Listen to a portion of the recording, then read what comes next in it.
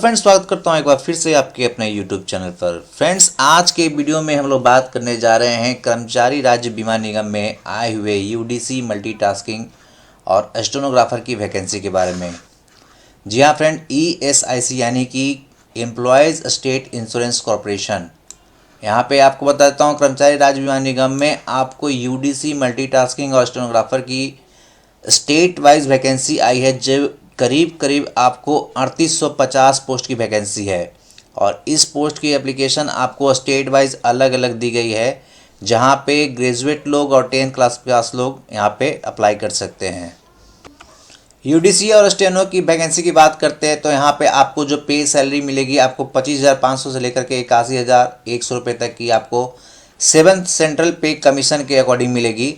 और वैसे ही आपको एमटीएस पोस्ट के लिए आपको जो सैलरी प्रोवाइड की जाएगी वो पे लेवल 1 की होगी, यानी कि 18,000 रुपये से लेकर के 56,900 रुपये की, और जो कि आपको 7th सेंट्रल पे कमीशन के अकॉर्डिंग होगी।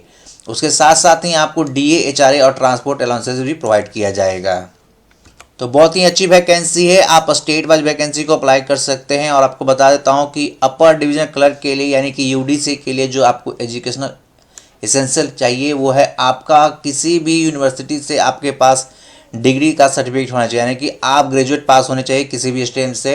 और साथ ही साथ अगर आपके पास वर्किंग नॉलेज ऑफ कंप्यूटर है, जिसमें आप ऑफिस सूट्स और डाटाबेसेस के बारे में आप पढ़ चुके हैं या जानकारी ले चुके हैं, तो आप यूडीसी के लिए एलिजिबल हो जाते हैं, आप यूडीसी के लिए अप्लाई कर सकते हैं। जो कैंडिडेट चाहते हैं स्टेनो पोस्ट के लिए अप्लाई करना, उनके लिए बहुत अच्छा मौका है। उनके लिए कम से कम 12th क्लास पास होना चाहिए, और उनका स्किल टेस्ट जो नॉर्म्स है वहाँ पे डिक्टेशन आपको 10 मिनट होना चाहिए, उसमें 80 वर्ड्स पर मिनट होने चाहिए।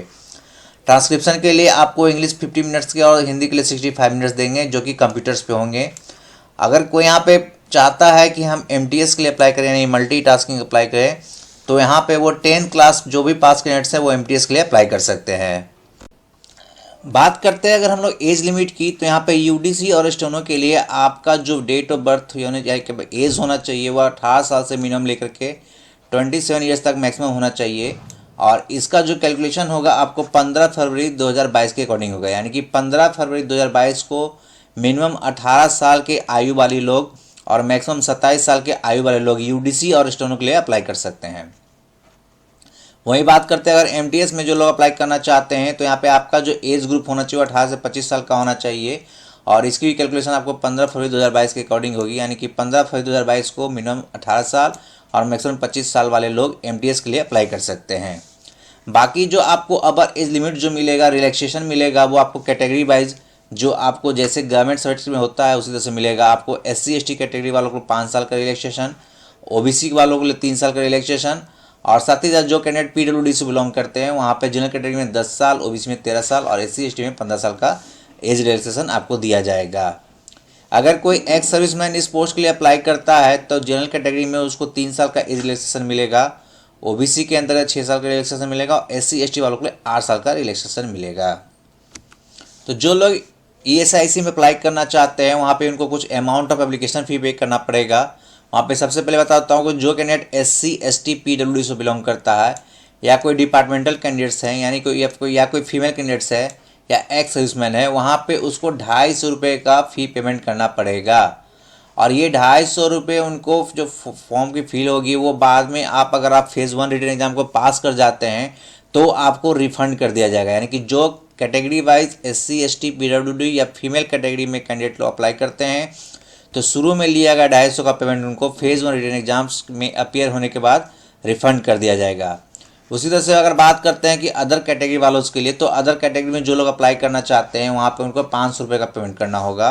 और अदर कैटेगरी में जनरल EWS वालों को ये पेमेंट 500 रुपये करना होगा और उनका फ़ी पेमेंट रिफ़ंड नहीं होगा। ये सिर्फ जो रिफंडमेंट लागू है वो आपको SC/ST और फीमेल कैंडिडेट्स के लिए लागू है। अब हम लोग फ्रेंड्स समझ लेते हैं स्कीम ऑफ एग्जामिनेशन क्या, यानी कि जो एग्ज़ाम का सिलेबस क्या होगा। तो जो कैंडिडेट यूडीसी में अप्लाई करना चाहते हैं यानी कि अपर डिवीजन क्लर्क में अप्लाई करना चाहते हैं, उनके लिए सबसे पहले फेज़ 1 एग्ज़ाम होगा, प्री एग्ज़ाम जिसको कहते हैं। और यहाँ पे आपको जनरल इंटेलिजेंस और रीजनिंग के 25 क्वेश्चन 50 मार्क्स से पूछे जाएंगे। फिर आपको जनरल अवेयरनेस 25 क्वेश्चन पूछे जाएंगे 50 मार्क्स के। आपको क्वांटिटिव एप्टीट्यूड के क्वेश्चन 25 क्वेश्चन पूछे जाएंगे 50 मार्क्स के, और आपके लिए इंग्लिश कंप्रहेंशन का 25 क्वेश्चन होगा 50 मार्क्स के, यानी कि टोटल आपको 100 क्वेश्चन का आंसर देना है, जिसके लिए आपको 200 मार्क्स होंगे और आपको टोटल 1 घंटे का समय दिया जाएगा इन क्वेश्चंस को सॉल्व करने के लिए। और इन सारे क्वेश्चन का जो लैंग्वेज होगा बाइलिंगुअल होगा, यानी कि हिंदी और इंग्लिश दोनों में आपके पास अवेलेबल होगा। सिर्फ इंग्लिश कंप्रहेंशन का जो क्वेश्चन होगा वो आपको इंग्लिश लैंग्वेज में अवेलेबल होगा। फेज़ 1 के एग्ज़ाम देने के बाद आपका ये जो मार्क्स जो भी आएंगे वो आपका फाइनल मेरिट लिस्ट नहीं होगा। यहाँ पे एक चीज़ और बता देता हूँ कि अगर आप जो कोई भी गलत आंसर बनाते हैं तो उसके लिए आपको निगेटिव मार्किंग में मिला जाएगा, आपको 1/4 ऑफ द मार्क असाइंड, यानी कि आपके 4 सही पे 1 गलत का मार्क्स काट लिया जाएगा, यानी कि 25% आपका काट लिया जाएगा। तो जो कैंडिडेट फेज़ 1 के एग्ज़ाम पास कर जाएंगे उनको फेज़ 2 में अपीयर होना होगा, उसको मेन एग्ज़ाम देने होंगे, जहाँ पे उनको जनरल इंटेलिजेंस एंड रीजनिंग के लिए 50 नंबर के क्वेश्चंस पूछे जाएंगे और 50 क्वेश्चंस 50 मार्क्स से पूछे जाएंगे। फिर उनको जनरल अवेयरनेस का क्वेश्चन आंसर देना होगा 50 मार्क्स से 50 क्वेश्चंस, क्वांटिटिव एप्टीट्यूड देने होंगे 50 मार्क्स से 50 क्वेश्चंस, और इंग्लिश कंफर्मेशन 50 मार्क्स से 50 क्वेश्चन दिए जाएंगे। यानी कि आपको फेज़ 2 के एग्जाम्स को पास करने के लिए आपको टोटल 200 क्वेश्चंस पूछे जाएंगे, जिसके 200 मार्क्स मिलेगा, और उसके लिए आपको 2 घंटे का समय दिया जाएगा। और यहाँ पे भी क्वेश्चंस और जो आंसर्स होंगे आपके बाइलिंगुअल होंगे।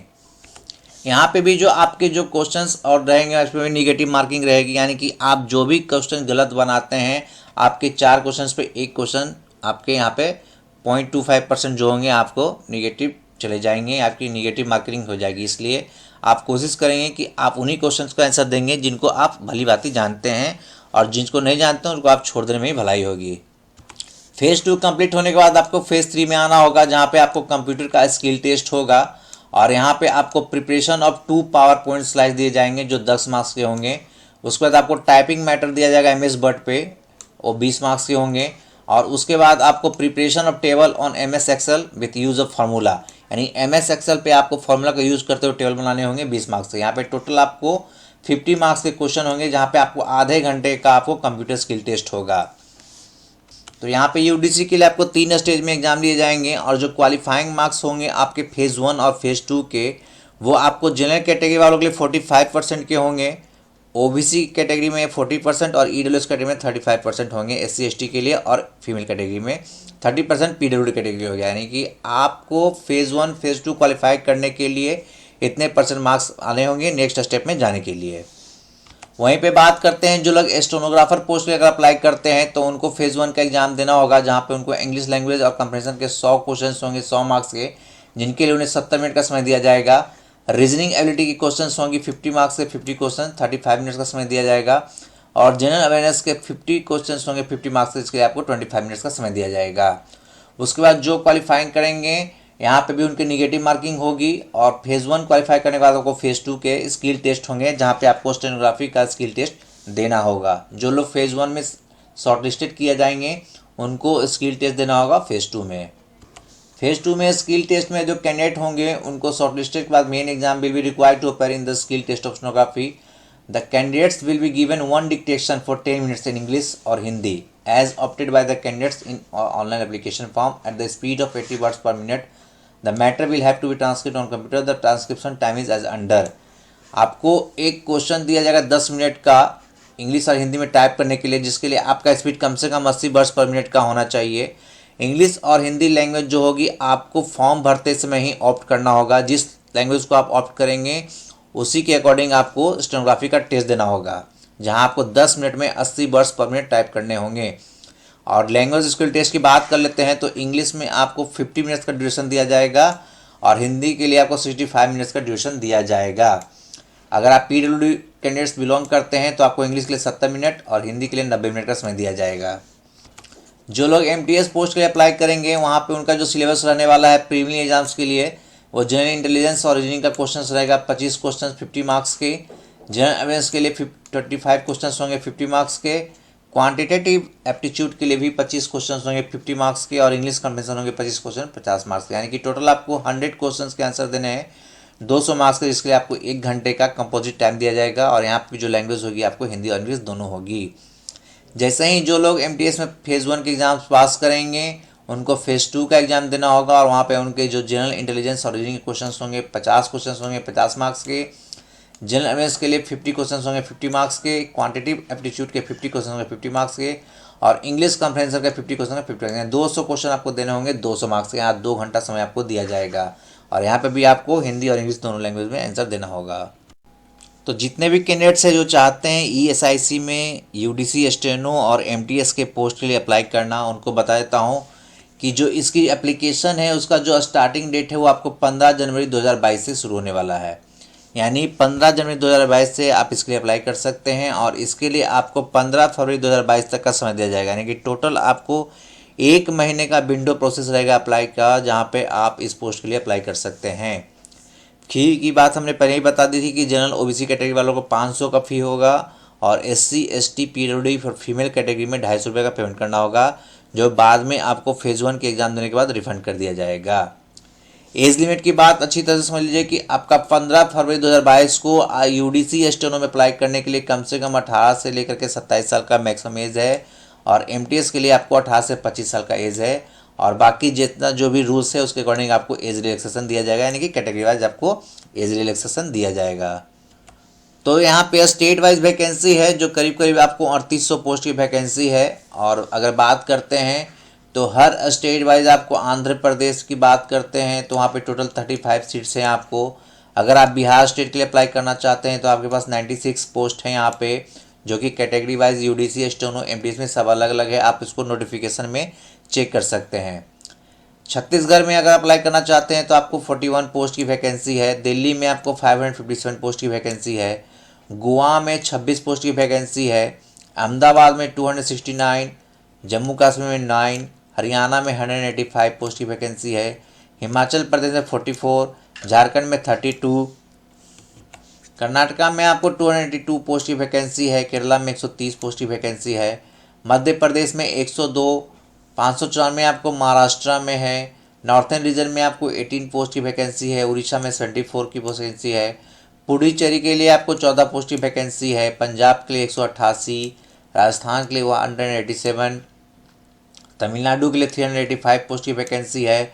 72 पोस्ट की वैकेंसी आपको तेलंगाना के लिए है। उत्तर प्रदेश के लिए 160, उत्तराखंड के लिए 27, और आपको वेस्ट बंगाल और सिक्किम के लिए आपको 320 पोस्ट की वैकेंसी है। यानी कि टोटल यहाँ पर UDC पोस्ट, स्टेनो और MTS की टोटल वैकेंसी आपको 3847 पोस्ट की यहाँ पे वैकेंसी आई है, जिसमें आपको UDC के लिए टोटल 1735 पोस्ट की वैकेंसी है। वहीं पे आप अगर अप्लाई करना चाहते हैं स्टेनो में तो आपको 165 पोस्ट की वैकेंसी है, और 1947 पोस्ट जो है वो MTS पोस्ट के लिए अप्लाई करने के लिए दिया गया है।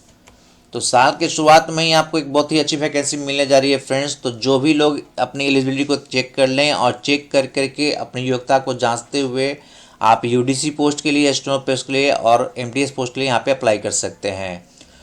तो उम्मीद करता हूँ फ्रेंड्स आपको ये हमारी पेशकश अच्छी लगी होगी। तो ज़्यादा से ज़्यादा वीडियो को लाइक कर दीजिएगा और अपने फ्रेंड्स के साथ जोर शेयर कीजिएगा। Thanks for watching.